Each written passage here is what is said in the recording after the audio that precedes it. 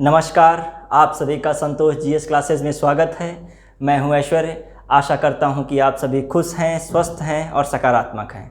जैसा कि हम सभी इतिहास को पढ़ रहे थे, इतिहास में हम लोगों ने प्राचीन इतिहास को समाप्त किया था। उसके बाद मध्ययुगीन इतिहास आया था, जिसमें हम सभी लोग दिल्ली सल्तनत को समाप्त किए थे, मुग़ल वंश की ओर बढ़ रहे थे। मुग़ल वंश में भी हम लोगों ने जहांगीर तक पढ़ लिया था। आज हम उसके आगे देखते हैं शाहजहाँ।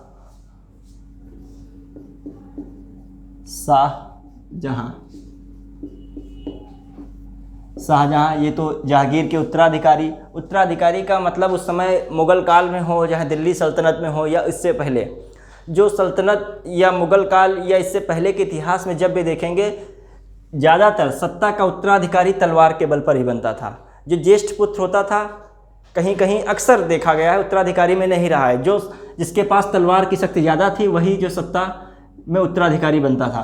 तो शाहजहाँ जो है, इनका नाम होता है खुर्रम। इनका उपनाम ये भी पूछा जाता है खुर्रम। किसका नाम है? तो शाहजहाँ का नाम होता है। फिर देखते हैं शाहजहाँ में किरण सानी की उपाधि भी लेते हैं, लेकिन वो इतना महत्वपूर्ण नहीं। खुर्रम सबसे ज़्यादा पूछा जाता है। तो शाहजहाँ का जन्म देखते हैं। परिचय के बारे में शाहजहाँ पे हमको कुछ चीज़ें देखेंगे। इससे परिचय इनका क्या रहता है, परिचय क्या है शाहजहाँ का। शाहजहाँ के परिचय के बाद जो देखें, इनकी जो युद्ध नीति है, मेन इनकी कूटनीति समझिए, युद्ध नीति समझिए, कूटनीति। और जो देखा जाए इनका जो है साहित्य, इनके समय में क्या रहता है, साहित्य, और ख़ासकर जो है स्थापत्य कला, साहित्य व स्थापत्य कला, आर्किटेक्ट, जो मतलब जो लिटरेचर था उस समय का, और इनका आर्किटेक्ट। और इनकी डिप्लोमेसी कैसी थी, इनका इंट्रोडक्शन हम देखेंगे ही शाहजहाँ का। तो इसमें ये क्या रहता है, शाहजहाँ के परिचय के बारे में इस प्रकार हमको पढ़ना है मेन। और परिचय में ही हम इनकी जो विवाह नीति है, विवाह है इनका जो खास रहता है किससे, उसमें देख लेंगे। अब देखते हैं शाहजहाँ के परिचय में इंट्रोडक्शन क्या रहता है। इनका जन्म जो होता है इतना महत्व तो नहीं रखता है, इनके ये सब डेट नहीं पूछे जाते, फिर भी जान लेते हैं। बाय द वे बन जाता प्रश्नों। 1592 में जन्म होता है। कहाँ जन्म होता है? लाहौर में जन्म होता है। कहाँ पे, ये लिख देते हैं। 1592 में लाहौर में जन्म होता है। लाहौर में जन्म होता है।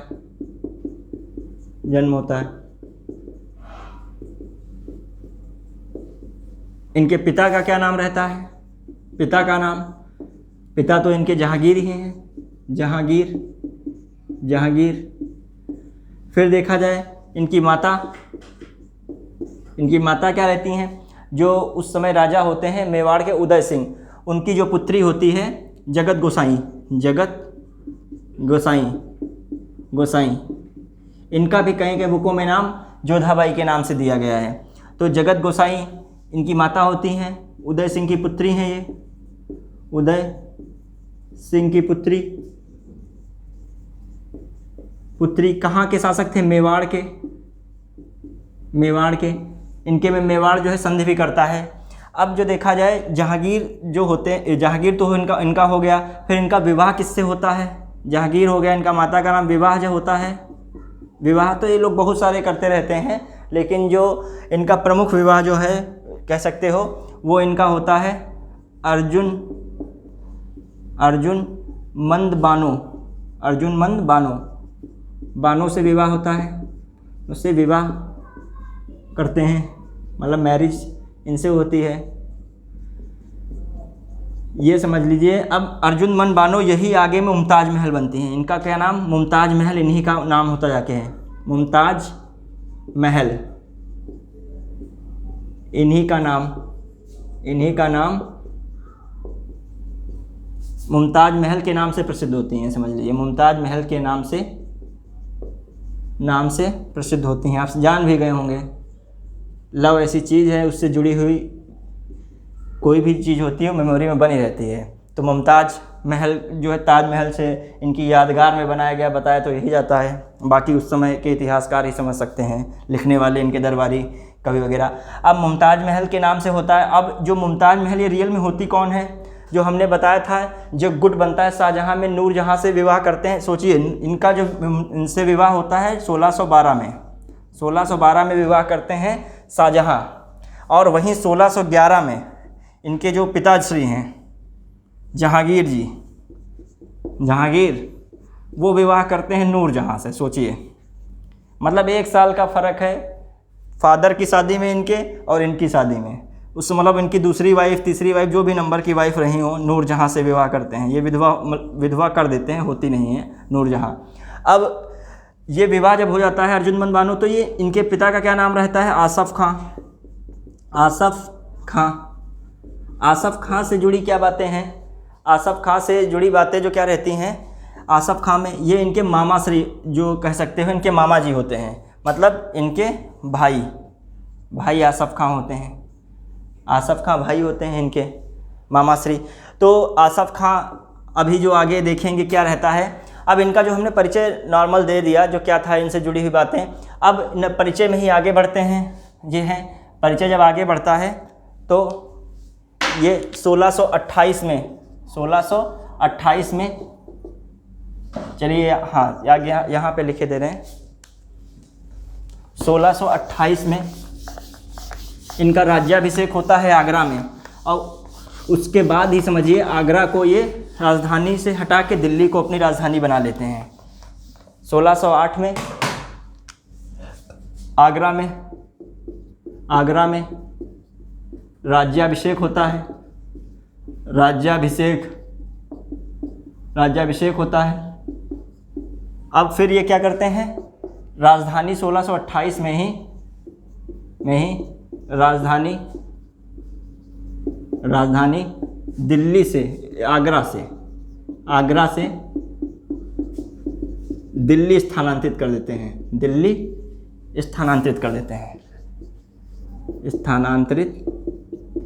देते हैं। ट्रांसफ़र करते हैं दिल्ली को, डिस्प्लेसमेंट कह सकते हैं, स्थानांतरित कर देते हैं।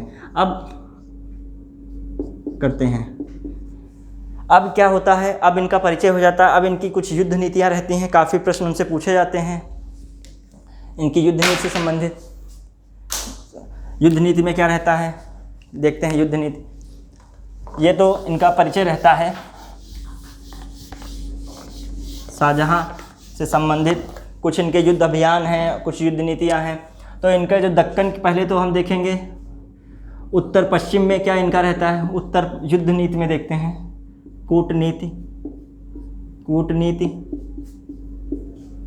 कूटनीति उस समय मान लीजिए युद्ध नीति होती थी। मध्यकालीन तो समय में किसी भी जो मेडिवल हिस्ट्री देखते हैं, किसी का शासन बहुत लंबे समय तक नहीं चलता है। कोई 20 साल, जितना जो क्रूर होता है उसका शासन उतना ही कम होता है। कुछ अपवाद स्वरूप 1-2 लोगों को छोड़ दे, जैसे औरंगजेब का शासन कुछ समय तक चलता है और अकबर का शासन काफ़ी दिनों तक चलता है। तो अकबर तो मतलब जो उदारवादी व्यक्ति होते हैं उस हिसाब से देखा जाए, जो अन्य मुग़ल शासक थे उनकी अपेक्षा।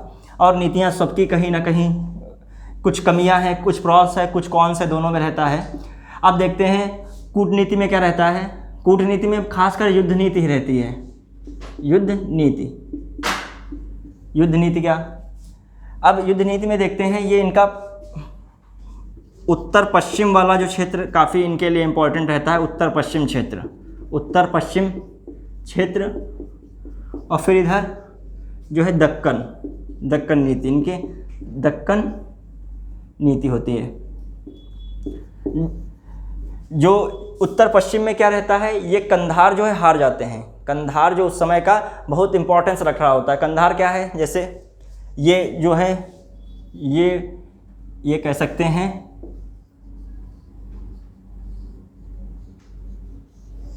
ये जो भारत बना है, इधर जो अफ़गानिस्तान में कंधार पड़ता था, थोड़ा सा ऊपर बढ़ जाए, कंधार यहाँ पड़ता था। अब कंधार जो है बहुत इनके लिए सामयिक दृष्टि से देखें, सामरिक दृष्टि से, युद्ध की दृष्टि से देखें, सामरिक दृष्टि में, और जो इनका आर्थिक है इस दृष्टि से देखें तो ये बहुत इंपॉर्टेंट था। प्रतिष्ठा का सवाल हुआ करता था जीतना। और इधर और थोड़ा बढ़ जाएंगे पश्चिम साइड में तो ईरान पड़ता था। तो ईरान के शाह और मुग़लों के बीच हमेशा कंधार के लिए संघर्ष चलता था, लेकिन वो कंधार कब्जे में नहीं कर पाते थे। इनके समय क्या होता है, कंधार हार जाते हैं, यहाँ ईरानियों का कब्जा हो जाता है, ईरान के शाह का, तो इनसे कंधार चला जाता है। अब जब कंधार चला गया तो इनसे पूछा जाता है इनके समय जो है, किसके समय कंधार, किस मुग़ल शासक के समय कंधार पर युद्ध होता है, किसके समय, ऐसे प्रश्न आ जाता है, किसके समय कंधार मुगल वंश से अलग हो जाता है तो शाहजहाँ के समय।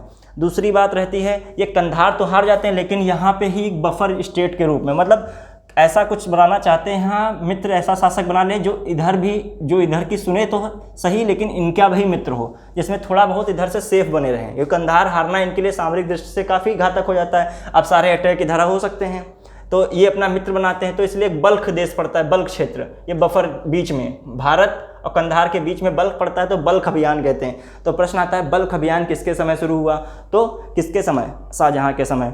तो एक तो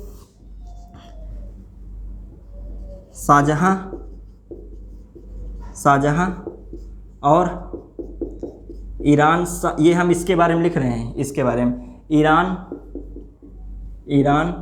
के शाह के बीच कंधार का युद्ध होता है। कंधार का युद्ध होता है, कंधार का संघर्ष होता है।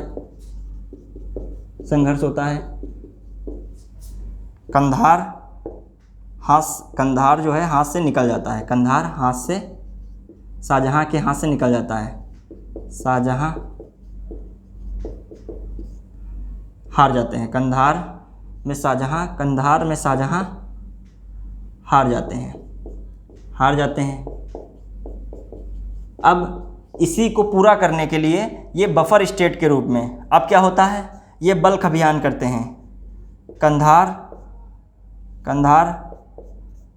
हारने के कारण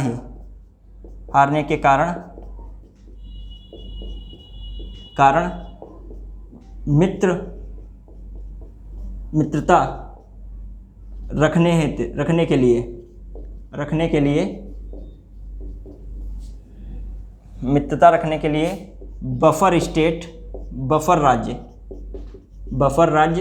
बल्ख अभियान करते हैं, बल्ख की ओर मतलब मुड़ते हैं, बल्ख अभियान करते हैं, बल्ख अभियान चलाते हैं, बल्ख अभियान करते हैं। तो कह सकते हैं कि जो है कंधार के कारण जो है हारने के कारण जो है मित्रता बनाए रखने के लिए जो है सामरिक दृष्टि से तो बफर राज्य जो होता है वो बल्ख पे अभियान करते हैं, बल्ख अभियान करते हैं लिख सकते हैं। अब देखें आगे जो है मेन जो है प्रश्न क्या रहता है, कंधार पूछा था, बल्ख अभियान किसके समय हुआ, तो ये दोनों इन्हीं से संबंधित हैं। दक्कन में नीति में क्या रहता है, दक्कन की नीति थोड़ा ऊपर बढ़ा देते हैं।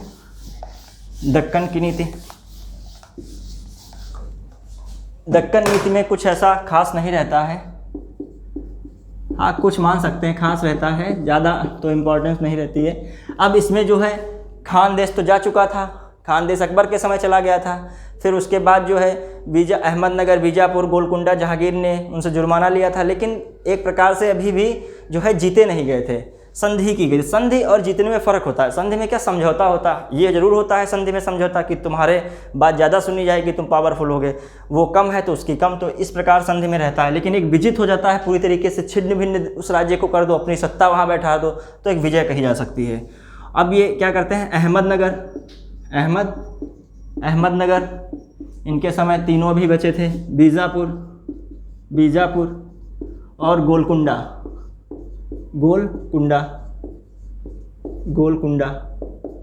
जो है ये अहमदनगर पर क्या कर लेते हैं, ये अहमदनगर पर कब्जा कर लेते हैं। देखा जाए अहमदनगर पर कब्जा क्यों, क्योंकि इधर मलिक अंबर और चांद बीबी तो पहले ही मतलब हार चुकी थी, ख़त्म हो चुकी थी, लेकिन जो मलिक अंबर होता है वो इस समय तक वो भी समाप्त हो चुका होता है, वो ख़त्म हो चुका। तो अहमदनगर समझिए एक अब कमज़ोर पड़ गया होता है, तो अहमदनगर को ये विजिट करते हैं। तो अब बचते हैं दो, तो समझिए खानदेश उनके समय चला गया और अहमदनगर जो है शाहजहाँ के समय, तो अहमदनगर पर कब्जा जो है शाहजहाँ का हो जाता है, संधि नहीं सीधे कब्जा हो जाता है इनका। अब देखते हैं आगे, इनकी यही विजय रहती है। बीजापुर गोलकुंडा अभी भी देखा जाए स्वतंत्र हैं। अब जो है दक्कन नीति हो जाती है, हालांकि संधि ये दोनों करते हैं, जो बीजापुर गोलकुंडा की संधि हो जाती है। बाबर उस समय जो है दक्कन, यहीं पे बाबर का थोड़ा सा जिक्र होता है, बाबर का वो जो होता है 1656 के करीब जो है 52-53 में कह सकते हो, 52-53 में जो इधर को जीतना चाह रहा होता है गोलकुंडा और ये क्या नाम है बीजापुर, लेकिन ऊपर से जो है शाहजहाँ का आदेश आता है कि अभी ये शाहजहाँ को इनका जो दारा सिकोह पुत्र होता है ज्येष्ठ, तो वो समझाता है कि ये अभी सही नहीं है, तो मतलब उनको भी ना मतलब उनसे युद्ध किया जाए, अभी ज़रूरत नहीं है, तो उनको छोड़ देता है। किसको? बीजापुर गोलकुंडा को। लेकिन औरंगजेब का मन होता है उनको भी जो खदेड़ के उनको भी नेस्तनाबूद करके अपने राज्य में मिला लिया जाए, लेकिन वो अभियान को रोक देता है। कौन? औरंगजेब। तो वही जब आ जाता है सत्ता में दोबारा, जब औरंगजेब का शासन आता है, तो सबसे पहले वो सामूगढ़, तो पहले तो धर्मट और सामूगढ़ का युद्ध होता ही है, उसके बाद जो उसका मेन युद्ध रहता है, कहने का मतलब सबसे उसके बाद जो मेन उन दोनों को कब्जा करता है। किसको? बीजापुर और गोलकुंडा। देखा जाए जो हमने 5 की बात की थी, खानदेश, फिर दूसरा था अहमदनगर, फिर बीजापुर, गोलकुंडा, जो 4 आते ही थे। इसमें से पहला तो अकबर ने समाप्त किया खानदेश को, फिर दूसरा, तीसरा जहांगीर में इतना कुछ हुआ नहीं, फिर शाहजहाँ में क्या है अहमदनगर चला गया, और औरंगजेब में पूरा दक्षिण भारत तक लगभग आ गया था। तो इस प्रकार कह सकते हैं सबसे ज़्यादा क्षेत्र का विस्तार जो किसी शासक के समय रहा तो औरंगजेब रहता है। ये प्रश्न पूछा गया है कि सबसे अधिक किस मुगल काल के शासक के समय भारत का क्षेत्र विस्तार था, तो औरंगजेब के समय। अब देखते हैं, अब शाहजहाँ के बाद इनका जो स्थापत्य कला जो होती है, देखते हैं साहित्य स्थापत्य कला।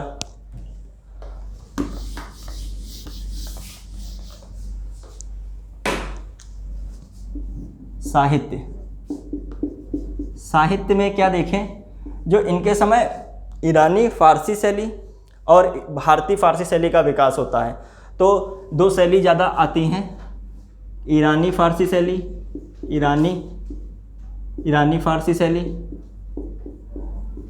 शैली और दूसरी भारतीय फारसी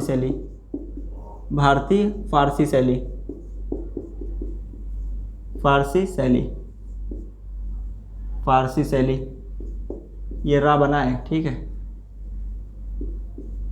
फारसी शैली। तो भारतीय फारसी शैली में जो इनके कुछ खास जो कवि होते हैं, जो विद्वान होते हैं, इनमें जो है एक का नाम रहता है अब्दुल हमीद लाहौरी,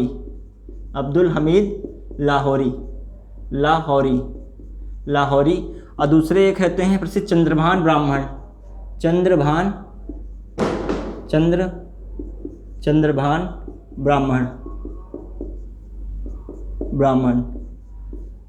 ये ब्राह्मण, जो ये, क्योंकि ये नाम पूरा इनका चंद्रभान ब्राह्मण लिखा जाता है। जब कभी आता है प्रश्न पूछा गया जितनी भी आयोग में, तो ये पूरा नाम ही इनका लिखा आया है, और ये अब्दुल हमीद लाहौरी इनका पूरा नाम। तो इनका भी जिक्र देखेंगे। जो चंद्रभान ब्राह्मण लिखते हैं, इनकी पुस्तक रहती है चमन चहार चमन, ये पूछी गई है, चहार चमन किसकी पुस्तक है? ये साहित्य में समझिए आ जाता है शाहजहाँ के समय। और अब्दुल हमीद लाहौरी को, जो ये भी इसके प्रसिद्ध इतिहासकार होते हैं, अब्दुल हमीद लाहौरी, ये पादशाह नामा लिखते हैं, पादशाह नामा, जो दोनों का प्रमुख रहता है, पादशाह नामा और चहार चमन। अब उनके बाद हम देखेंगे जो इनके समय इनका ज्येष्ठ पुत्र दारा सिकोह होता है, जो कि काफ़ी विद्वान होता है। पूर्ण प्रश्न आता है कि मध्यकालीन युग में सबसे विद्वान कौन शासक को माना जाता है, किस शासक को माना जाता है? यदि ऑप्शन में अलाउद्दीन खिलजी, बलबन और शाहजहाँ और दारा सिकोह का नाम आता है, दारा सिकोह सबसे विद्वान माने जाते हैं। तो विद्वान के में तो दारा सिकोह से एक प्रश्न बहुत पूछा जाता है। दारा सिकोह ने जो बहुत सारी उपनिषद थे उनको क्या किया, उनका अनुवाद फारसी में कराया, और बहुत सारे हिंदू ग्रंथ थे जैसे भागवत गीता का भी फारसी में अनुवाद कराया। तो इन्होंने जो है सबसे प्रमुख जो इनका रहता है दारा सिकोह का, देखें दारा सिकोह। चलिए ये उसमें नहीं लिखते हैं, दूसरे क्षेत्र में आते हैं। इनके कुछ और होते हैं।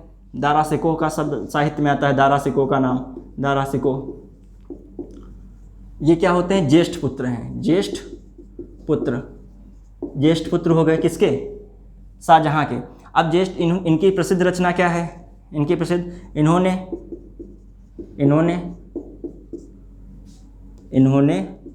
उपनिषदों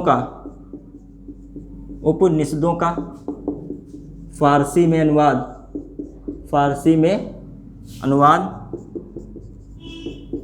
अनुवाद जो किस नाम, सिर्र अकबर नामक शीर्षक से किया है। सिर्र ए अकबर नामक शीर्षक के रूप में किया है, शीर्षक में किया है। कहने का मतलब जो है उपनिषदों का जो उन्होंने फारसी में अनुवाद कराया वो किस नाम से कराया? सिर्र अकबर कहा जाता है। तो आता है प्रश्न, सिर्र अकबर किसकी रचना है? दारा शिकोह की। फारसी में उपनिषदों का फारसी में अनुवाद किस नाम से किया गया? सिर्र अकबर। ये कई बार प्रश्न पूछा जा चुका है। अब देखते हैं दारा शिकोह। एक दारा शिकोह की और पुस्तक होती है मज्म लिख देते हैं, मज्म लिखा होता है, मज्मुल बहरीन कहीं कहीं लिखा होता है मज्उल बहरीन। ये भी इन्हीं की रचना है।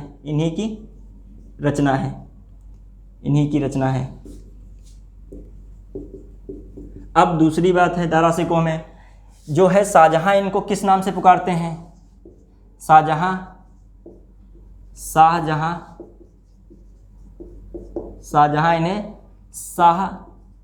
शाहजहां इनका उपनाम देते हैं, उपनाम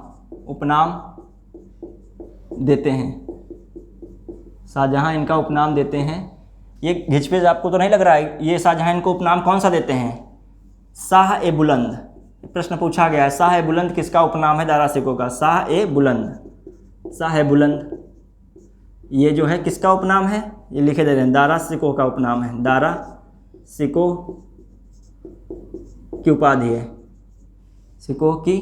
दारा शिकोह की शाहजहां द्वारा दी उपाधि है, द्वारा दी गई उपाधि है। किस लिए? इन्हीं कारणों के लिए गई उपाधि है, विद्वान थे इसीलिए उपाधि है। और इनका एक और उपनाम होता है छोटा अकबर भी इनका दूसरा उपनाम जो है। छोटा अकबर भी इन्हें लघु अकबर भी कहा जाता है, अकबर भी कहा जाता है।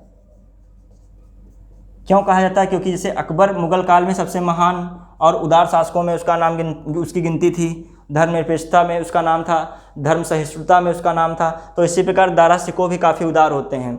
और जो इसके ठीक उल्टा औरंगजेब काफ़ी जो है कट्टरवादी होता है। अब देखते हैं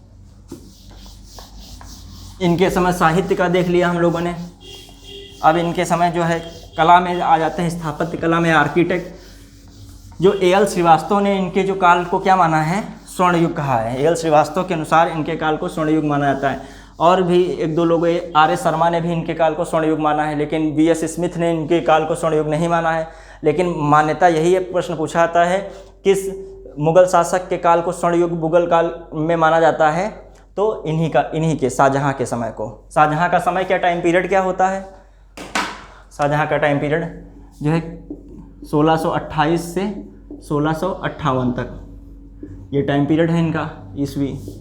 तो इस काल को स्वर्ण युग क्यों स्वर्ण युग माना जाता है? क्योंकि इनका साहित्य विकास तो होता ही है, साथ में जो है आर्किटेक्ट का काफ़ी विकास होता है। और जो इस समय भी वो उस आर्किटेक्ट की मान्यता है, यूनेस्को द्वारा हेरिटेज साइट में उसको नाम दिया गया है। जो भी इनके खास रहे हैं उनका हेरिटेज जो साइट है यूनेस्को की, उसमें उनका नाम दर्ज है। अब देखते हैं कौन से। एक तो आगरा मेन इनका क्षेत्र रहता है, आगरा।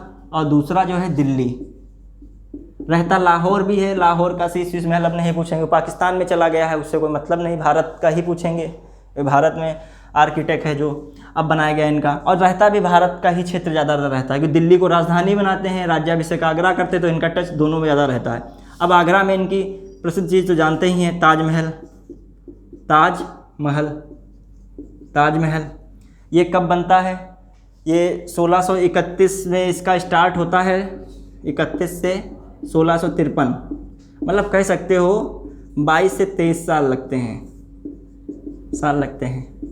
गलत क्या है इसमें भी? देखें, कोई भी योजना चाहे भारत आज़ाद होने के बाद रही हो चाहे आज की रही हो, समय तो ये जो है सालों लग जाते हैं किसी योजना को पूरा होने में। तो उस समय जब इतना पीछे समय था तब 22-23 साल लगे, कोई बड़ी बात नहीं है। अब ताजमहल और इसके जो है मेन निर्माणकर्ता कौन है, जो कह सकते हो आर्किटेक्ट, जो इसके कौन निर्माणकर्ता जो हैं, आर्किटेक्चर जो है इसके कौन हैं? दो। एक तो हैं अहमद लाहौरी हैं जो, अहमद लाहौरी, अहमद अब्दुल अहमद लाहौरी, लाहौरी, लाहौरी, अहमद लाहौरी हैं। दूसरे कौन हैं?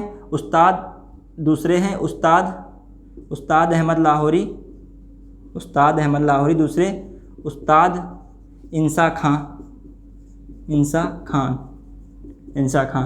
तो दो प्रमुख आर्किटेक्ट होते हैं। ये ताजमहल का क्या है, कहाँ से इसका है जो निर्माण, किन पत्थरों से होता है? संगमरमर, सफ़ेद संगमरमर, सफ़ेद संगमरमर है, संगमरमर। अब तो सल्फ्यूरिक अम्ल के कारण जो है वो बारिश जब होती है तो आगरा वगैरह में जो है लेदर वेदर फैक्ट्री बहुत है, तो उसकी जो है उसका निगेटिव असर इसके ऊपर पड़ता है, तो हल्का सा काला लाल हो जाता है। सफाई वफाई कराई जाती है उसकी छत की, जो उसका गुम्बद वगैरह बना है ऊपर। अब देखिए जो सफ़ेद, ये कहाँ से इसका रहता है? मकराना का रहता है, खासकर मकराना।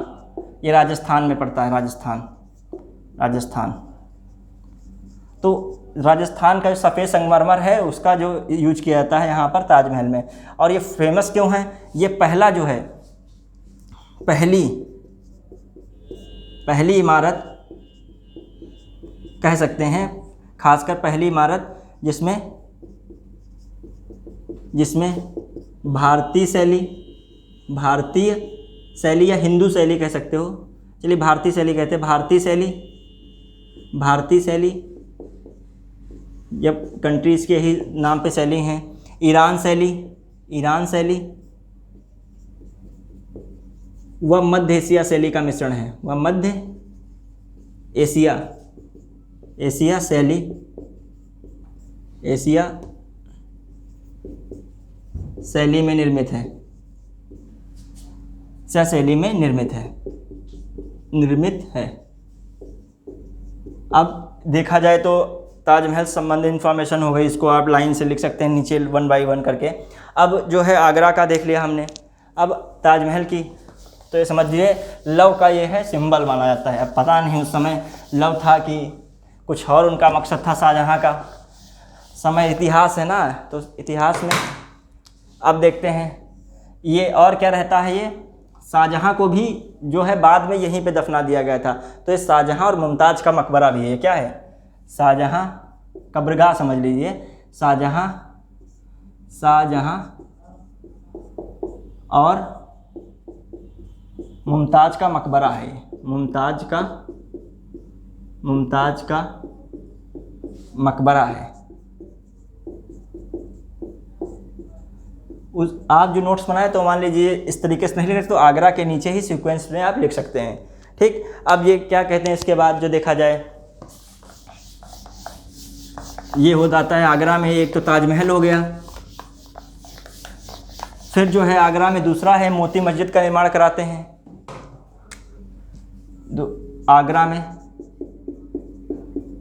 मोती मस्जिद का निर्माण, मोती मस्जिद का निर्माण 2 जगह होता है। अभी दिल्ली में जो कराता है वो औरंगजेब कराता है। ठीक, तो इसके बाद देखते हैं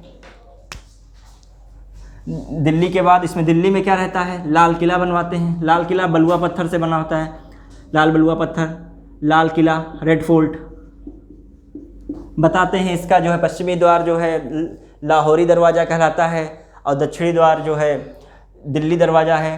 तो समझ लीजिए लाहौरी दरवाज़ा का क्या महत्व, जब लाहौर से संबंधित चीज़ अब भारत में नहीं है, क्योंकि भारत स्वतंत्र है, अपना संप्रभु देश है, तो देखेंगे सॉवरेनिटी कंट्री है। दिल्ली में क्या रहता है इनका? लाल किला है। लाल किले में ही मोती मस्जिद जो है, लिखे दे रहे हैं, लाल किले में मोती मस्जिद का निर्माण औरंगजेब कराता है। ये क्वेश्चन कंफ्यूज होता है बच्चे, इसीलिए रखता है प्रश्न, ये औरंगजेब कराते हैं, औरंगजेब कराता है। अब देखिए लाल किले का निर्माण हो जाता है। अब इसी में लाल किले के ही जो है इसमें दीवाने खास, दिल्ली में ही कह सकते हो, दीवाने खास है, दीवाने खास का निर्माण कराया होता है। दीवाने आम नाम है। और मुसम्मन बुर्ज का निर्माण दिल्ली के लाल किले में कराता है। मुसम्मन मुसम्मन बुर्ज, ये झरोखा दर्शन होता है, झरोखा दर्शन। ऐसे नहीं खिड़की के बाहर जैसे लोग होते हैं अपना देखते रहते हैं क्या गतिविधियां चल रही हैं, वैसे ये भी देखता रहता था, उसको इंटरेस्ट रहता था क्या हो रहा बाहर।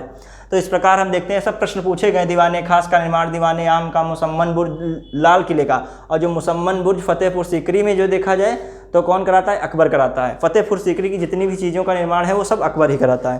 तो अब ये हो जाता है शाहजहाँ का हमने पढ़ लिया जो खास था, खासकर दिल्ली और आगरा में इनका रहता है। अब देखते हैं ये शाहजहाँ भी चलते हैं आगे, शाहजहाँ भी चल बनते हैं 1658 में। अब हम लोग भी उसके आगे बढ़ते हैं। औरंगजेब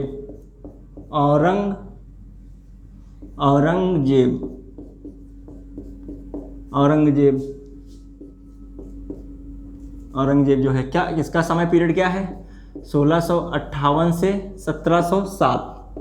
इसी के अंत समय में समझ लें मुगल काल मतलब उसका विघटन होने लगा था, कमज़ोर हो गया था इसी के अंत समय तक। इसके सामने ही जो है मुगल जो है मराठा इनको लगभग पूरी तरीके से कमज़ोर कर दिए थे। फिर अंग्रेज़ जो आए, फिर अंग्रेज़ के बाद जो है पानीपत का युद्ध होता, वैसे तो क्या सत्ताबाद में जो मराठा संभालते हैं, लेकिन पानीपत का तृतीय युद्ध जो होता है अब्दाली के बाद, तो वो भी कुछ ना कुछ डिसाइड कर देता है।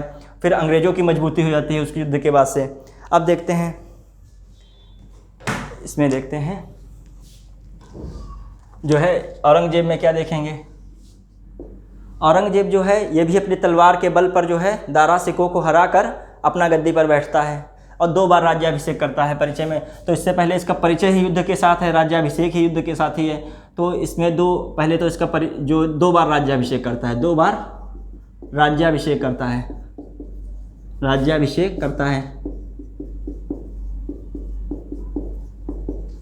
इसके 2 युद्ध होते हैं। पहला होता है धर्मट का युद्ध 15 अप्रैल 1658 में, फिर दूसरा होता है 29 मई 1658 में सामूगढ़ का। दोनों युद्ध पूछे जाते हैं, बच्चे कंफ्यूज होते हैं, धर्मट पहले हुआ सामूगढ़ पहले हुआ। तो धर्मट पहले फिर सामूगढ़ बाद में, तो याद रखिएगा सा फॉर सेकेंड तो सा फॉर सामूगढ़, ठीक सेकेंड। तो दोनों चूँकि एक ही में हुए हैं 1658 में, तो कन्फ्यूजन रहता है। तो धर्मट का युद्ध भी दारा सिकोह से होता है। दारा सिकोह की ओर जसवंत सिंह होते हैं, वो लड़ते आके हैं, जोधपुर के राजा होते सपोर्ट करते हैं दारा सिकोह की तरफ से। जो जोधपुर के शासक जसवंत सिंह होते हैं, वही जो है कौन औरंगजेब की ओर से मुराद जो लड़ रहा होता है औरंगजेब की ओर से, क्या रिजल्ट निकलता है, दारा सिकोह पराजित होते हैं, ये जीत जाता है। और पहली बार जो है शाही सेना किसकी ओर होती है, दारा सिकोह की ओर होती है। तो पहली बार शाही सेना को हार का सामना करना पड़ता है औरंगजेब के सामने। तो इससे इसका कॉन्फिडेंस औरंगजेब का काफ़ी बढ़ जाता है, उसको बिल्कुल रास्ता क्लियर हो जाता है। समझ लीजिए धर्मट युद्ध ही इनका राज्याभिषेक का कारण बनता है और आगे सत्ता संभालते हैं। फिर थोड़ा सा संभल पाते हैं दारा सिकोह, फिर उसके बाद सामूगढ़ का युद्ध आता है, उसमें भी दारा सिकोह पराजित हो जाते हैं। फिर उसके बाद दारा सिकोह बंदी बना लिया जाता है, आगे दारा सिकोह का कत्ल कर दिया जाता है, तो दारा सिकोह निपट जाते हैं। अब क्या है जो, अब देखिए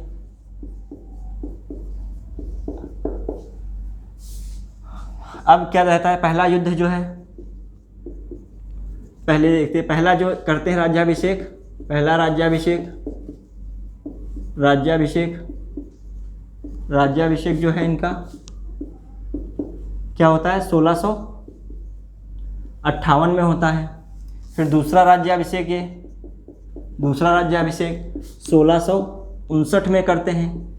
ये मुहम्मद औरंगजेब बहादुर आलमगीर की उपाधि लेते हैं। तो कहने का मतलब जब इस राज्याभिषेक में किस उपाधि से जाते हैं, आलमगीर उपाधि लेते हैं, आलमगीर उपाधि। दूसरे राज्याभिषेक में आलमगीर उपाधि ग्रहण करते हैं।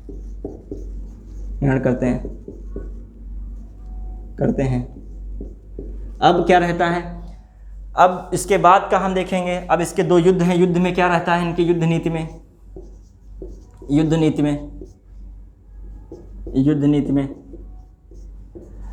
पहला तो है धर्मट का युद्ध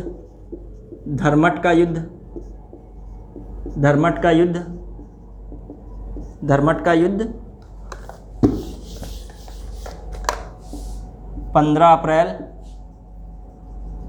अप्रैल 1658 में औरंगजेब तथा दारा सिको के बीच होता है, बीच होता है। और औरंगजेब की ओर कौन सा सपोर्ट कर रहा था? मुराद सहायक होता है, सहायता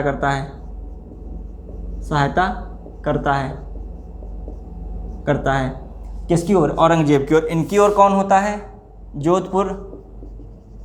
जोधपुर का मेवाड़ शासक, जोधपुर का शासक जसवंत सिंह जो ये कर रहे होते हैं। तो इस प्रकार देखें, दूसरा युद्ध क्या होता है? सामूगढ़ का। और इसमें पराजय किसकी होती है? जीत जो है, जीत औरंगजेब की होती है, औरंगजेब की होती है। अब दूसरा युद्ध क्या होता है? दूसरा युद्ध फिर होता है 29 मई 1658 में ही। कौन सा? सामूगढ़ का युद्ध।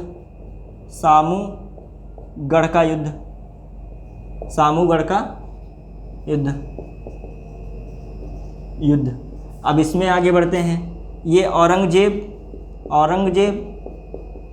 औरंगजेब वर्सेस किसके?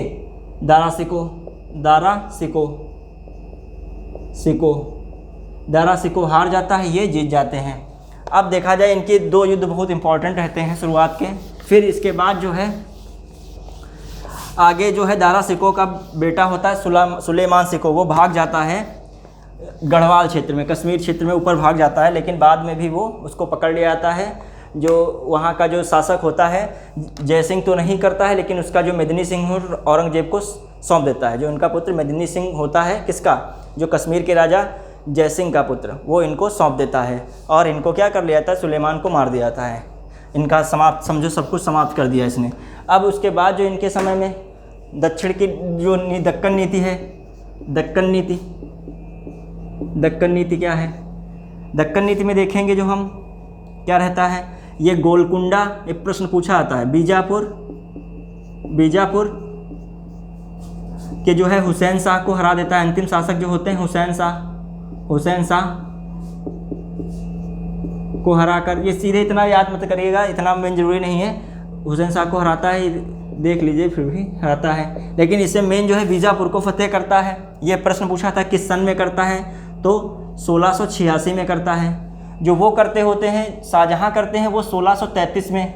जो शाहजहाँ फतेह करते हैं, शाहजहाँ जो है फतेह कब करते हैं? 1633 में करते हैं अहमदनगर को। अहमदनगर, ये कभी कभी मिलान में पूछ लेते हैं, खासकर बड़े एग्जाम थोड़ा होते हैं।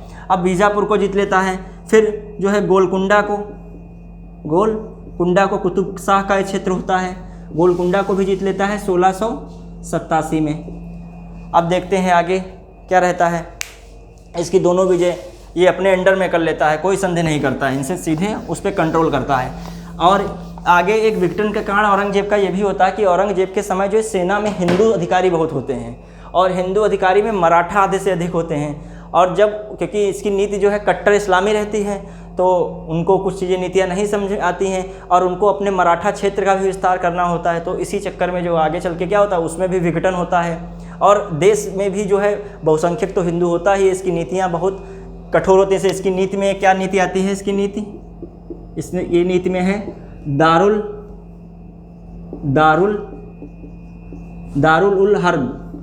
दारुल ए हर्ब से किस में बदलना होता है? दारुल इस्लाम। इसकी ये नीति बहुत कठोर होती है। कहने का मतलब ये किसके द्वारा? जिहाद के द्वारा। ये क्या होता है? धर्म युद्ध है।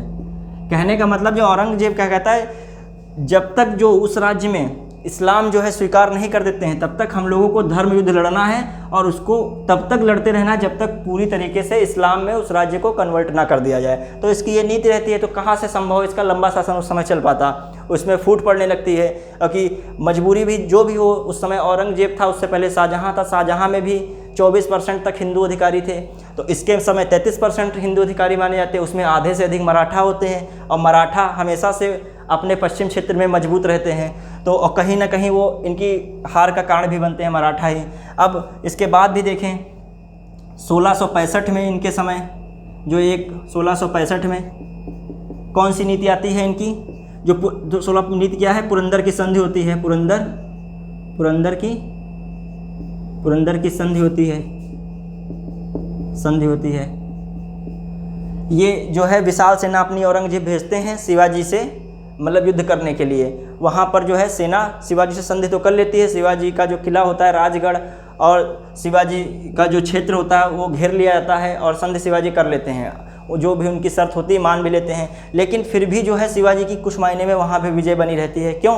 क्योंकि बीजापुर और गोलकुंडा को कंट्रोल में रखना होता है, तो इनको शांत रखना पड़ता है, मजबूरी होती है कि शिवाजी का युद्ध जो होता है छापा मार वाला होता है, ये कभी पकड़ में ही नहीं आते हैं, और जब पकड़ में आए तो अपने को छुड़वा लेते हैं। जब मराठा साम्राज्य पढ़ेंगे तो उसमें इनका जिक्र होगा। तो ये हो जाता है पुरंदर की संधि होती है शिवाजी, मुगल सेना व शिवाजी के बीच, मुगल सेना व शिवाजी के बीच,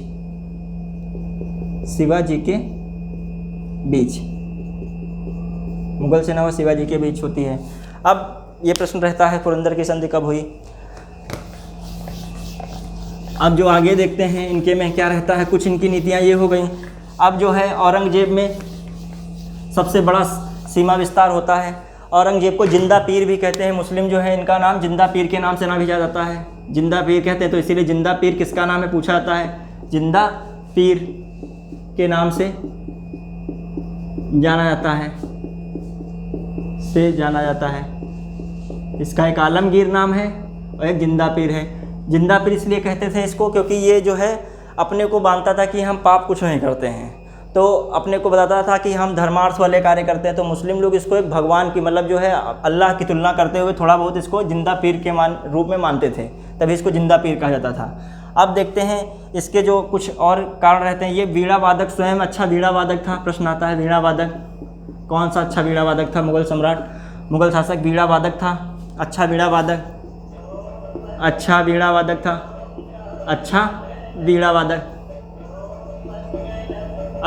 वादक था। लेकिन जो है इसने संगीत को राज्य में, राज्य का मतलब जहाँ इसका पूरा क्षेत्र था, राज्य में संगीत पर मनाही थी, संगीत पर रोक थी। अपना स्वयं संगीत का मतलब संगीत बजाने निपुण था, लेकिन संगीत निषेध थी, लेकिन राज्य में संगीत निषेध थी, निषेध ये मनाही थी, ठीक है, संगीत निषेध थी, संगीत का निषेध था। अब देखते हैं अब इसके बारे में क्या रहता है। जो इनसे पहले भी हम देखें शाहजहाँ में भी कुछ चीज़ें रहती हैं। अच्छा, ये जो अकबर था वो नगाड़ा अच्छा बजाता था। अकबर जो है नगाड़ा अच्छा बजाता था। अकबर नगाड़ा बजाने में निपुण था, नगाड़ा में निपुण था। अब वही जो है इसके पतन का कारण क्या रहता है। पतन का कारण जो है क्या मान सकते हो, इसकी कठोर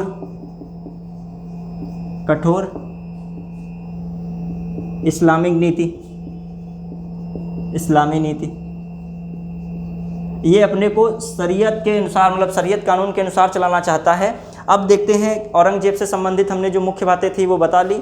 अब उसके बाद जो है विघटन शुरू हो जाता है। इसका जो पुत्र होता है अकबर नाम से उसका पुत्र भी होता है, वो इतना टैलेंटेड नहीं होता है, मतलब उत्तराधिकारी के रूप में इतना पावरफुल नहीं होता। उसको मराठा अपने में मिलाए रहते हैं और फिर वो बाद में बाहर जाते, पाकिस्तान क्षेत्र में जाते, उसकी मृत्यु हो जाती है। फिर लगभग मराठा साम्राज्य का हम वैभव पढ़ेंगे। इसके बाद जो आता है, इन्हीं के पतन के बाद समझिए मुगल काल कमज़ोर हो जाता है। अब देखते हैं कुछ चीज़ें। हाँ, एक चीज़ इनसे इम्पॉर्टेंट रहती है जो है इनके में उससे साहित्य और स्थापत्य कला में। साहित्य में तो इतना कुछ है नहीं, स्थापत्य कला में रहता है। स्थापत्य कला में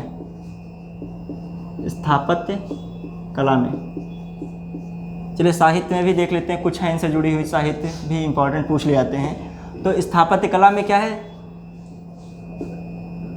राबुद्दान जो है राबिद राबिद उद दौरानी का मकबरा के मकबरे का निर्माण जो है कि मकबरे का निर्माण जो है औरंगाबाद में कराता है। महाराष्ट्र में पड़ता है औरंगाबाद में कराता है। यह जो है ताजमहल की कॉपी है, समझिए। ये ताजमहल की प्रतिकृति होती है। यह ताजमहल की कॉपी है, ताजमहल की प्रतिकृति है, या कह सकते हो इसे कभी कभी प्रश्न आया द्वितीय ताजमहल किसे कहते हैं? इसे ही कहते हैं द्वितीय ताजमहल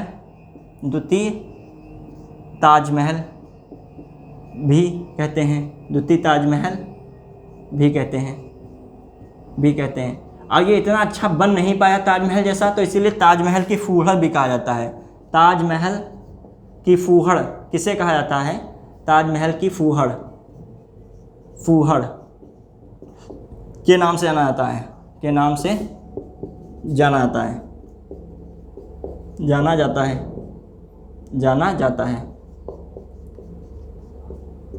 जाता है। तो ये कौन है? राबिद उद दौरानी होती कौन है?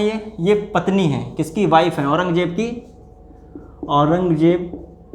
औरंगजेब की पत्नी होती हैं, बीवी हैं। इसीलिए इसे बीबी का मकबरा भी कहते हैं। इसीलिए क्या इसे बीबी का मकबरा भी कहा जाता है। बीबी का मकबरा भी कहते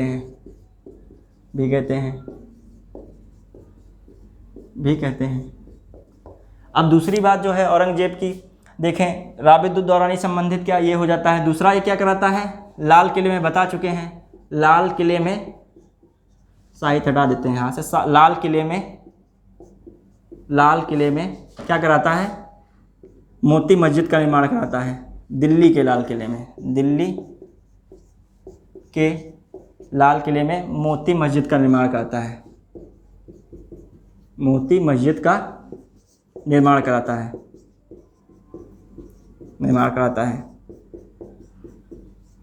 अब इस प्रकार जो हम देखें इनके बारे में हो जाता है पूरा। अब इसके में जो देखा जाए साहित्य में कुछ है, जैसे आलमगीरनामा पुस्तक किसने लिखी है, ये पूछा जाता है। फिर फुतुहात आलमगीरी किसकी रचना है? आलमगीरनामा एक है, फुतुहात आलमगीर इन पूछा जाता है साहित्य में। साहित्य तो पुस्तक क्या नाम हो गया? एक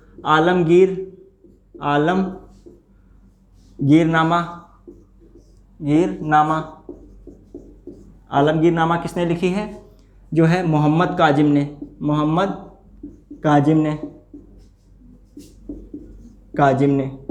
काजिम ने। और जो दूसरी है फुतुहात आलमगीरी,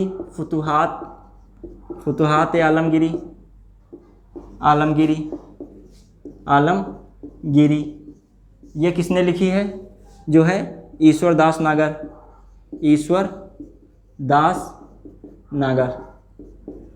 तो इसके में ये मान लेते हैं। अब जो है कुछ चीज़ें जो हैं हम उस पर चर्चा करेंगे, प्रश्न उससे पूछे जाते रहे हैं।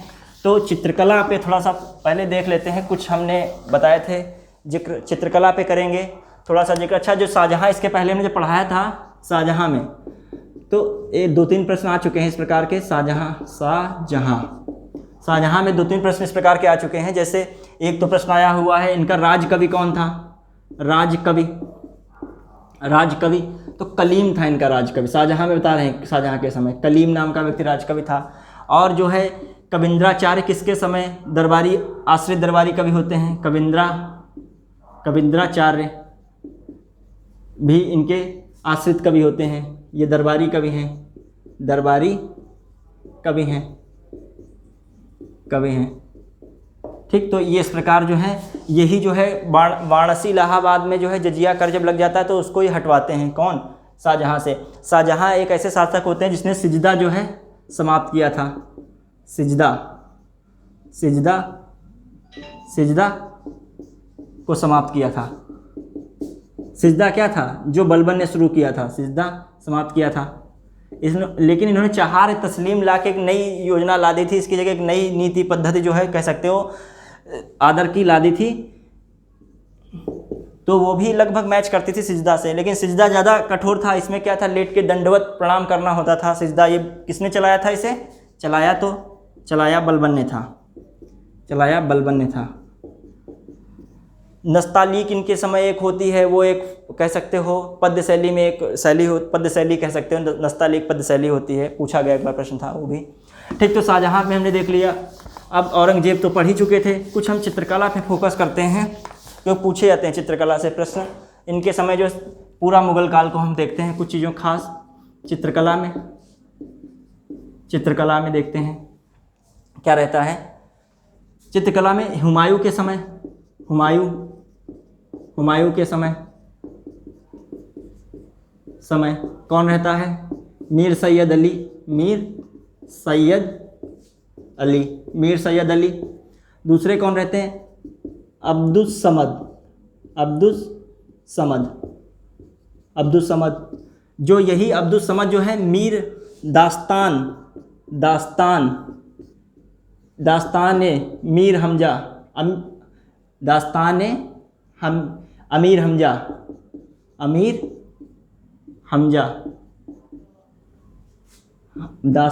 अमीर हमजा के लेखक होते हैं, पूछा गया है प्रश्न। दास्ताए अमीर हमजा किसकी पुस्तक है? अब्दुस समद की है। इसमें क्या होता है, ये पैगंबर हजरत मोहम्मद के चाचा जो हैं हमजा होते हैं, उनका बारे में चित्र है, उनकी वीर गाथा वगैरह लिखी गई है, तो ये होती है हजरत मोहम्मद के चाचा से संबंधित है, हजरत मोहम्मद के चाचा से संबंधित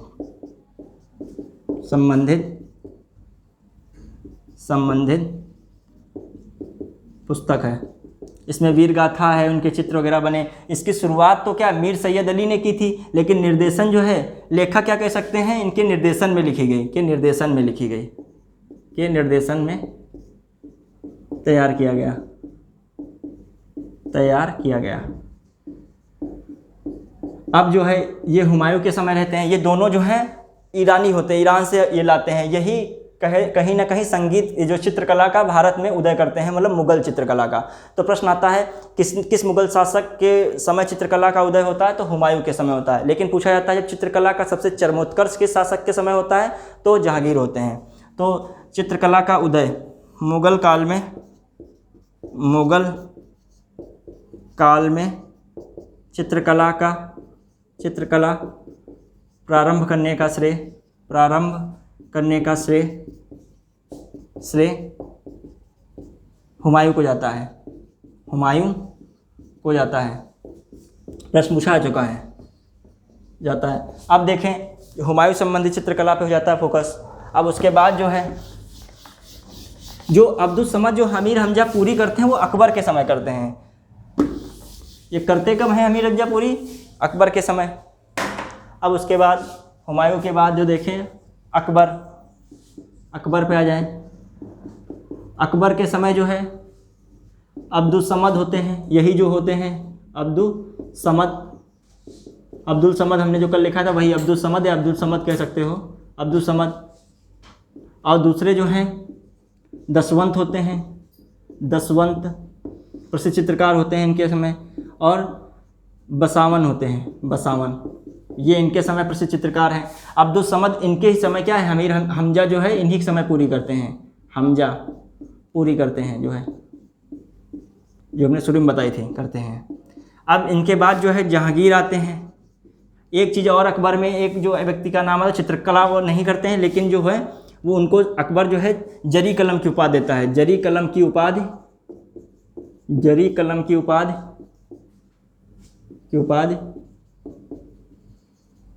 मोहम्मद हसन को देता है, मोहम्मद हसन को देता है। अब जो है किसके समय, जहांगीर की बात करते हैं। जहांगीर के समय चित्रकला चरमोत्कर्ष थी, चित्रकला चरमोत्कर्ष पर थी, चरमोत्कर्ष पर थी, क्लाइमैक्स था बिल्कुल चित्रकला का, ड्राइंग का जो। अब चरमोत्कर्ष कर्व पर थी। अब जो है कितना जो हो जाता है, जहांगीर के समय चित्रकला चरमोत्कर्ष कौन से फेमस हैं इनके समय में? एक तो जो होते हैं फेमस, जो क्या कह सकते हो, अब्दुल हसन हैं, अब्दुल हसन। और दूसरे जो आते हैं उस्ताद मंसूर हैं, उस्ताद मंसूर। ये जो दोनों फेमस नाम क्या है? अब्दुल हसन जो है मानव प्रतिकृति बनाते हैं, काफ़ी मानव प्रतिकृति बनाने में जो है निपुण होते हैं, तो इनको उपाधि दी जाती है। अब्दुल हसन को क्या उपाधि दी जाती है? नासिर उद जो है जमा, ठीक, तो इनको दी जाती है नासिर उद जमा, और इनको दी जाती है नासिर उल अस्र। ये याद रखने के लिए जो कल देख लीजिएगा मिलान निकल लिए, यही सही है, क्योंकि याद रखिएगा मंसूर में रा आता है तो अस्र आएगा, ठीक है, और माँ और ना का संपर्क तो जमा आएगा, तो कंफ्यूज नहीं होंगे आप। ये दोनों इनकी उपाधि होती हैं। ये जो है पक्षी के चित्र बनाने में फेमस होते हैं, पक्षी के चित्र में पक्षी के चित्रकला में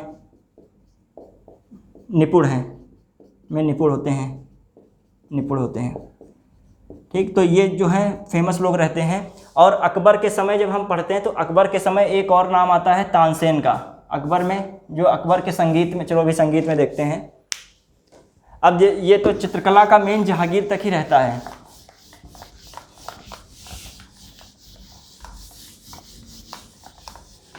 अब देखिए अकबर के समय जो है फेमस संगीतज्ञ कौन होते हैं, कभी कभी पूछ लिया जाता है। अकबर के समय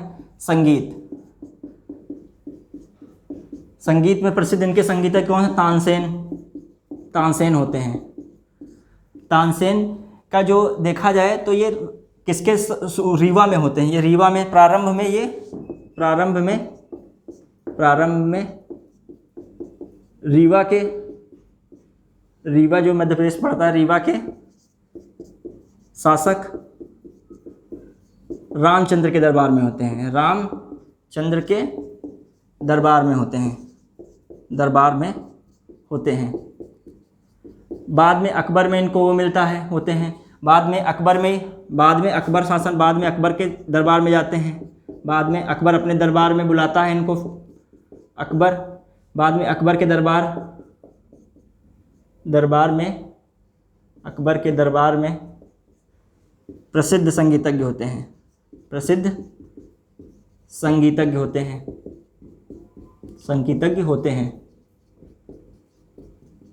जो है अबुल फजल इनको कहता है कि जो इनका जो तानसेन जैसा संगीतज्ञ आने वाले 1000 वर्षों में भी नहीं हुआ, मतलब पुराने जो इससे पहले 1000 वर्षों में भी कोई इनके जैसा संगीतज्ञ नहीं हुआ है। अबुल फजल का कहना होता है, इनके बारे में लिखा है अबुल फजल ने। अब लेकिन इनके बारे में क्या है, इनका नाम पूछा जाता है कभी कभी। तानसेन का वास्तविक नाम क्या है? वास्तविक नाम क्या रहता है इनका? वास्तविक नाम रामतनु पांडे होता है। रामतनु पांडे तानसेन का। और जो इनके गुरु का नाम क्या होता है? गुरु का नाम हरिदास होता है। हरिदास होता है। जो हरिदास आश्रम बना है मथुरा में, पूछा जाता है, उत्तर प्रदेश से रिलेटेड है। और जो है हरिदास भी इन्हीं के समय होते हैं। तो संगीतज्ञ में 2 प्रसिद्ध नाम, एक तो ये हो जाते हैं, एक संगीतज्ञ तानसेन होते हैं। अब ये ध्रुपद शैली के प्रसिद्ध गायक होते हैं। जब शैलियाँ पढ़ेंगे तो उसमें आएगा ध्रुपद शैली। हालांकि इतना डीप में नहीं पूछेंगे, फिर भी देख लेते हैं। अब देखते हैं क्या है। अकबर का हो गया, शैली वगैरह जो आएगा, संगीत साहित्य बाद में स्पेशल जब कभी इसका रहेगा, क्योंकि एग्ज़ाम के दृष्टि से इतना उपयोगी ये सब नहीं है। जो पहले चैप्टर और सिलेबस है उसको कंप्लीट किया जाए अच्छे से। अब उसके बाद देखते हैं कुछ चीज़ें जैसे रहती हैं, ये सिख गुरु से संबंधित। देखो पहले गुरु जो थे इसके, पहले गुरु नानक देव। फिर दूसरे गुरु कौन रहते हैं? गुरु नानक देव क्या है? इनका जन्म जो है तलवंडी में होता है, 1469 ईस्वी में तलवंडी। ये भी पूछ लिया था, तलवंडी में किस सिख गुरु का जन्म होता है? तलवंडी पाकिस्तान में होता है। पाकिस्तान में होता है। ये संस्थापक हैं, सिख धर्म के संस्थापक हैं। किसके? सिख धर्म के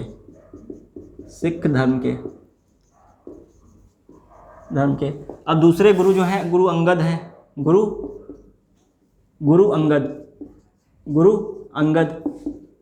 अंगद ये क्या है? इन्होंने गुरुमुखी लिपि लिखी है। गुरुमुखी लिपि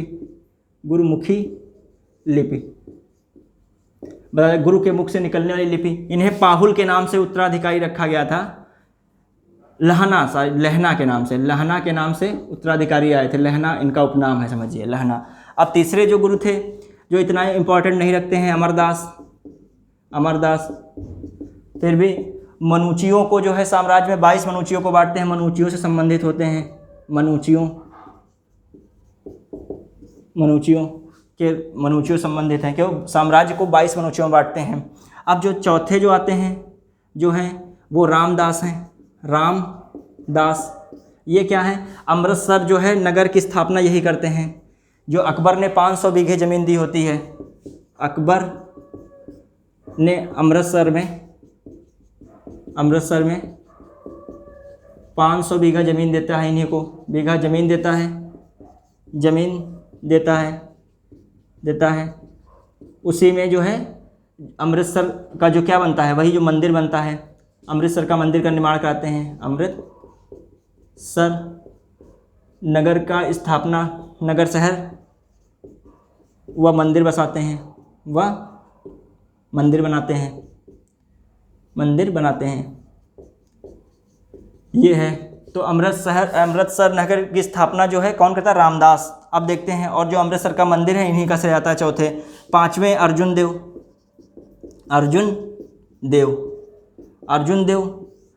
देव का संबंध किससे रहता है? ये आदि ग्रंथ या गुरु ग्रंथ साहिब की रचना करते हैं। आदि ग्रंथ या गुरु ग्रंथ साहिब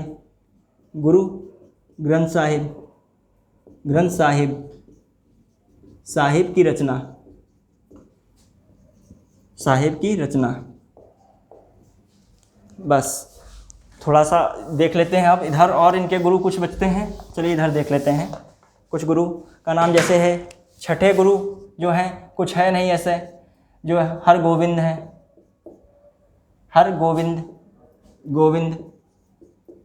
हरगोविंद। अच्छा, पांचवें गुरु हमने यहाँ पे क्यों बताया? इन्हीं को जो क्या है जहांगीर, जहांगीर जो है जहांगीर अपने पुत्र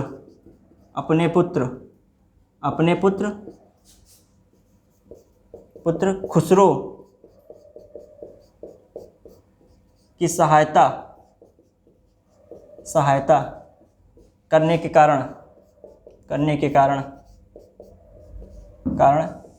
इनको फांसी पर चढ़वा देता है। इन्हीं को फांसी पर चढ़ा देता है। इन्हीं को फांसी पर चढ़वा देता है। समझ जाइएगा, थोड़ा सा हमने लिख दिया। जहांगीर अपने पुत्र खुसरो की सहायता करने के कारण इनको चढ़ा देता है फांसी पे। और सातवें गुरु, कहने का मतलब पांचवें गुरु अर्जुन देव की हत्या करता है। ये प्रश्न आता है, जहांगीर किस सिख गुरु की हत्या करता है? गुरु अर्जुन देव की। ठीक। फिर हरगोविंद आते हैं, फिर हर राय हैं। हर राय, इनमें भी इतना कुछ खास इंपॉर्टेंट है नहीं, पूछा नहीं जाता है। हरिकिशन है, हरिकिशन से संबंधित भी इतना कुछ नहीं पूछा जाता है। हरिकिशन। गुरु तेग बहादुर हैं। गुरु तेग बहादुर जो है, इनकी क्या रहती है? इनकी हत्या जो है, गुरु तेग बहादुर की हत्या जो है कर देता है कौन? गुरु तेग बहादुर की हत्या औरंगजेब करता है।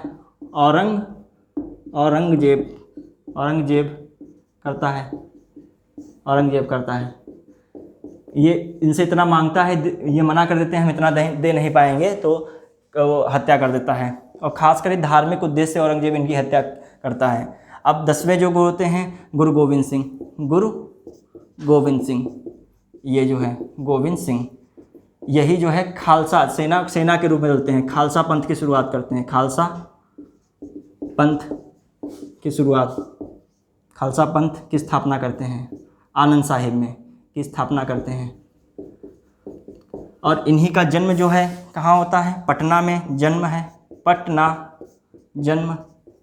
मृत्यु जो होती है इनकी, मृत्यु जो है कहाँ हो जाती है इनकी मृत्यु, नांदेड़ में। प्रश्न पूछा गया है यूपी SSS में भी और आयोग में भी पूछा गया, नांदेड़ में इनकी मृत्यु कब होती है, नांदेड़ कहाँ होती है, नांदेड़ में, महाराष्ट्र में पड़ती इनकी मृत्यु हो जाती है। और इनसे संबंधित इन्होंने 5 चीज़ें चलाई थी, 5 चीज़ें।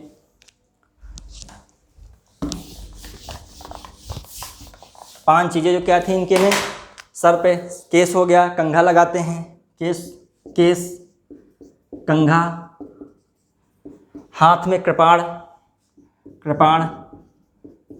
और हाथ में ही क्या होता है, कड़ा होता है, कड़ा।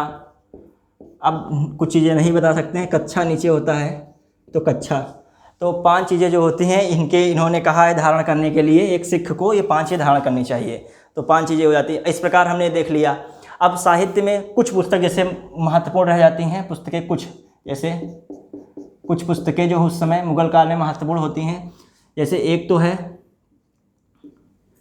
ताजुल मासिर, ताजुल मासिर किसकी पुस्तक है, ठीक, हसन निजामी की, हसन निजामी, ये हसन निजामी।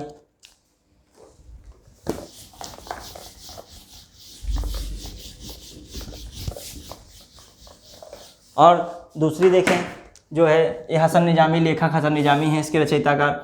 और दूसरी है सरवानी की, अब्दुल खान सरवानी, इतना नाम याद रखें। तारीख़े शेरशाही,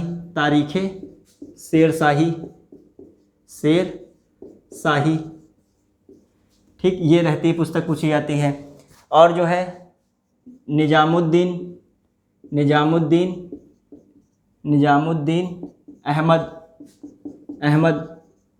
अहमद की पुस्तक कौन है, अहमद की पुस्तक तबकाते अकबरी। फिर जो है कुछ ऐसे हैं, हुमायूं नामा, गुलबदन बेगम, ये कौन होती हैं, ये बाबर की पुत्री होती हैं, गुलबदन बेगम, जो, और ये इतिहास लिखती हैं। अकबर इनको कहता है, इनका बड़ा मानता है अकबर, इनको बारे में कहता है कि इतिहास लिखो, मुग़ल के बारे में इतिहास लिखो, गुलबदन में। तो हुमायूं नामा की रचना करती हैं, हुमायूं नामा। एक ख्वान मीर भी हुमायूं नामा लिखे हैं, 2 लोग हैं हुमायूं नामा। एक और जो दूसरे हैं ख्वाद मीर भी एक हैं, हुमायूं नामा लिखे हैं। तो ये कुछ लोग होते हैं। और भीमसेन एक लिखते हैं नुस्खा ए दिलकुशा याद रखिएगा, ये भीमसेन की पुस्तक रहती है। तो कुछ उस समय की पुस्तक हैं। और अकबर की तो जो है अबुल फजल लिखते हैं अकबरनामा,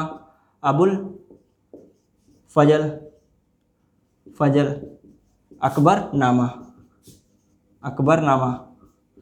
तो ये कुछ पुस्तकें हैं, ये पूछी जाती हैं, घुमा घुमा के देता है। इससे जो है बाहर की पुस्तकें पूछी भी लगभग नहीं जाती हैं।